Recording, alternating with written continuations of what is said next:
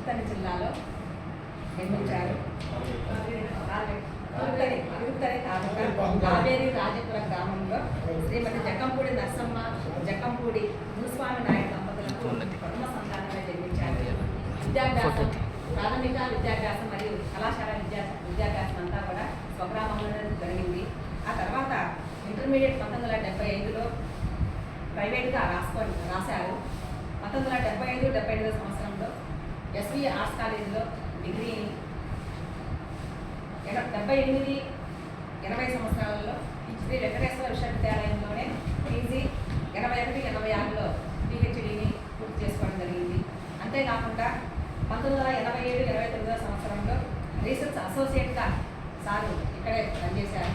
ఆ తర్వాత 29 నవంబర్ 9వ తారీఖున అసిస్టెంట్ ప్రొఫెసర్ గాను శ్రీ వెంకటేశ్వర విశ్వవిద్యాలయంలో తెలుగు శాఖలో చేరి 2008వ సంవత్సరము జనవరి 31వ తేదీ వరకు పదవీ విరమణ పొందేంత వరకు అసోసియేట్గాను ఆచార్యులుగాను పనిచేశారు.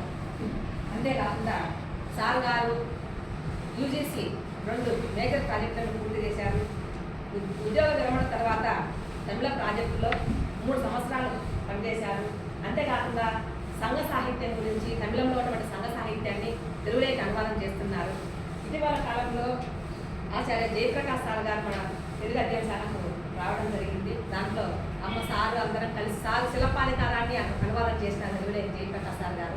మనమేక్కడ ఈ సారు అనువాదం చేస్తున్నారు అని చివరి మూమెంట్లో అని చెప్పేసి వినాలకు ప్రారంభోత్సవాన్ని జరుపుకోవాలి.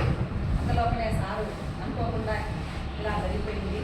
అంతేకాకుండా అనేకమైనటువంటి శ్రీ శబ్ద సాహిత్యాన్ని వ్యాస సంపుటాలను కవితలను కథలను సార్ నిర్వహించారు. అంతేకాకుండా ఒక 3-4 సంవత్సరాల క్రితం కొత్త జీవితం అటువంటి కథా సంస్కృతిని కూడా సార్ వెలువరిస్తే మన తెలుగు అధ్యయన శాఖ పైన జిఎన్ రెడ్డి జిల్లా కాలంలోనే మనం ఆవిష్కరించుకోవడం జరిగింది. జేడీపీ శతకం అయితేనేమి, శ్రీ వెంకటేశ్వర స్థుతి శతకం అయితేనేమి, నటరాజ శతకము, సిద్ధి సాయి శతకము, జేడీపీ శతకము, తెలుగు బాల శతకం వంటి అనేక శతకాలు రాశారు. వీరి యొక్క రచనలు ఇంకా అమృతాలుగా ఇంకా 10 రచనలు ఉన్నాయి. ఈ ముద్రితం కాకుండా రచనలను